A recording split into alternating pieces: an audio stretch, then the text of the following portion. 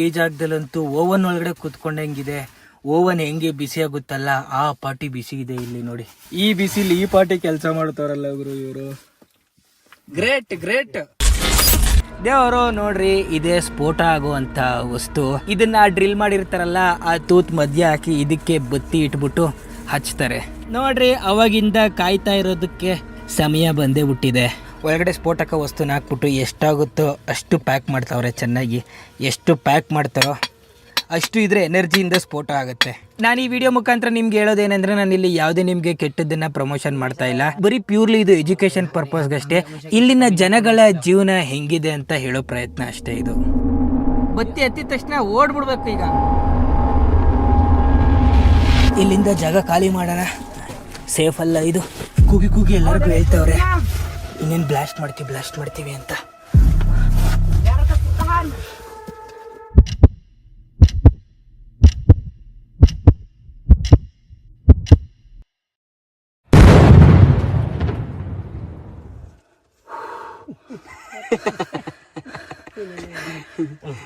ಅಪ್ಪ Rama, okay Rama, okay okay sir, okay. For the first time ಸ್ಫೋಟಕ ವಸ್ತು ಸ್ಫೋಟ ಆಗಿರೋದು ಕೇಳಿರೋದು. Oh my god, you are so brave. You are so brave. What I am brave? I am zero. You are hero.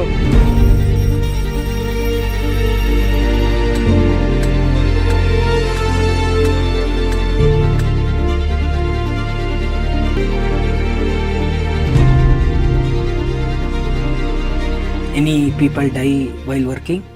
Yeah. How many people die? Many? What is the cause of death? Smoke. Smoke? Smoke of the bomb. Oh. And tunnel collapse. yeah, tunnel collapse. ಏನು ಹೇಳೋದು ಗೊತ್ತಾಗ್ತಾ ಇಲ್ಲ ನನಗೆ. ಪ್ರತಿದಿನ ಈ ಥರ ವಾತಾವರಣದಲ್ಲಿ ಕೆಲಸ ಮಾಡೋದು ಅಂದರೆ ಅಷ್ಟು ಈಸಿ ಅಲ್ಲ. ಒಂದೇ ದಿನಕ್ಕೆ ನನಗೆ ಸಾಕಾಗೋಗಿದೆ.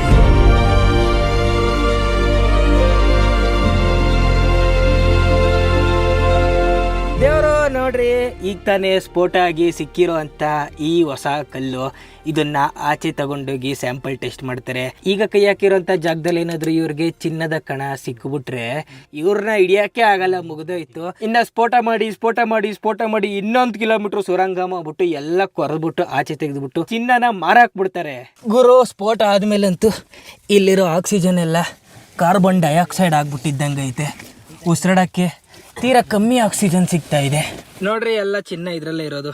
ಎಲ್ಲರೂ ಮಿಣ ಅಂತ ಕಾಣಿಸ್ತಾ ಇದೆಯಾ? ಈಗ ಕಾಣಿಸಲ್ಲ ಇದು ಯಾವಾಗ ಪ್ರೊಸೆಸ್ ಮಾಡ್ತಾರೆ ಆವಾಗ ಕಾಣಿಸುತ್ತೆ. ಯಪ್ಪ ಗುರು, ಈ ಜಾಗದಲ್ಲಂತೂ ಓವನ್ ಒಳಗಡೆ ಕುತ್ಕೊಂಡಂಗಿದೆ. ಓವನ್ ಹೆಂಗೆ ಬಿಸಿ ಆಗುತ್ತಲ್ಲ ಆ ಪಾಟಿ ಬಿಸಿ ಇದೆ ಇಲ್ಲಿ ನೋಡಿ. ಈ ಬಿಸಿಲಿ ಈ ಪಾಟಿ ಕೆಲಸ ಮಾಡ್ತಾರಲ್ಲ ಗುರು ಇವರು. Great great. ಈ ಜಾಗದಲ್ಲೂ ಈ ಪಾಟಿ ನಗ್ತವ್ರು ಇವರು. ಅಂದ್ರೆ ಇವ್ರ ನಗುನ ಯಾರ ಕೈಲೂ ಕಿತ್ಕೊಳಕ್ಕಾಗಲ್ಲ.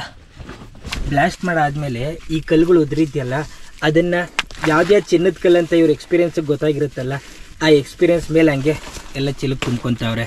ಅಲ್ಲಿ ಕಲ್ಲಲ್ಲಿ ಹೊಡೆದು ಇಲ್ಲೆಲ್ಲ ಸ್ಟಾಕ್ ಇಟ್ಟವ್ರೆ. ಇದನ್ನ ರೈಲಿಂಗಲ್ಲಿ ಲೋಡ್ ಮಾಡ್ಕೊಂಡು ತಗೊಂಡೋಗ್ತಾರೆ.